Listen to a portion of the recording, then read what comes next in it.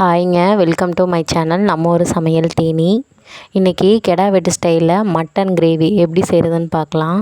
இது சாதம், இட்லி, தோசை, சப்பாத்தி எல்லாத்துக்குமே வேறு லெவல் காம்பினேஷனில் இருக்குங்க.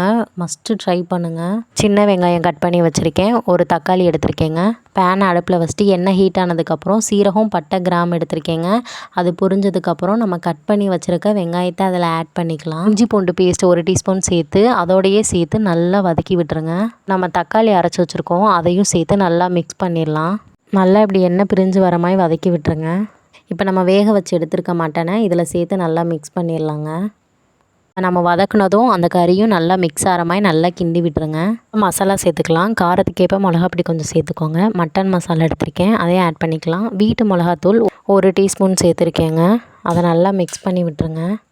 இப்போ கறி வேக வச்ச தண்ணியவே அதில் ஊற்றி நல்லா மிக்ஸ் பண்ணி விட்டுறலாம். வேறு எந்த தண்ணியுமே ஊற்ற வேணாம். இந்த வேக வச்ச தண்ணி ஊற்றுனீங்கன்னா இன்னும் டேஸ்ட்டாக இருக்குங்க. இதை அப்படியே நல்லா மிக்ஸ் பண்ணி விட்டுருங்க. இப்போ 1 டீஸ்பூன் அளவு தாங்க தேங்காய் எடுத்திருக்கேன். அதை நல்லா அரைச்சி அதோடு சேர்த்துடலாம். தேங்காய் மட்டும்தான் நான் சேர்க்குறேன், வேறு எதுவும் சேர்க்கலை. அதை நல்லா மிக்ஸ் பண்ணி விட்டுடலாம். இப்போ பாருங்கள், நல்ல எண்ணெயெல்லாம் பிரிஞ்சு வந்துருச்சுங்க. இப்போ ஒரு மூடி போட்டு ஒரு 10 நிமிஷம் ஸ்லோ ஃப்ளேம்லேயே வச்சுருங்க. பாருங்கள் எவ்வளோ சூப்பராக வெந்திருக்குன்னு. செம்மையான கெடா வெட்டு ஸ்டைல் மட்டன் கிரேவி ரெடி. இதை ட்ரை பண்ணி பார்த்துட்டு கமெண்ட் பண்ணுங்கள். தேங்க்யூ.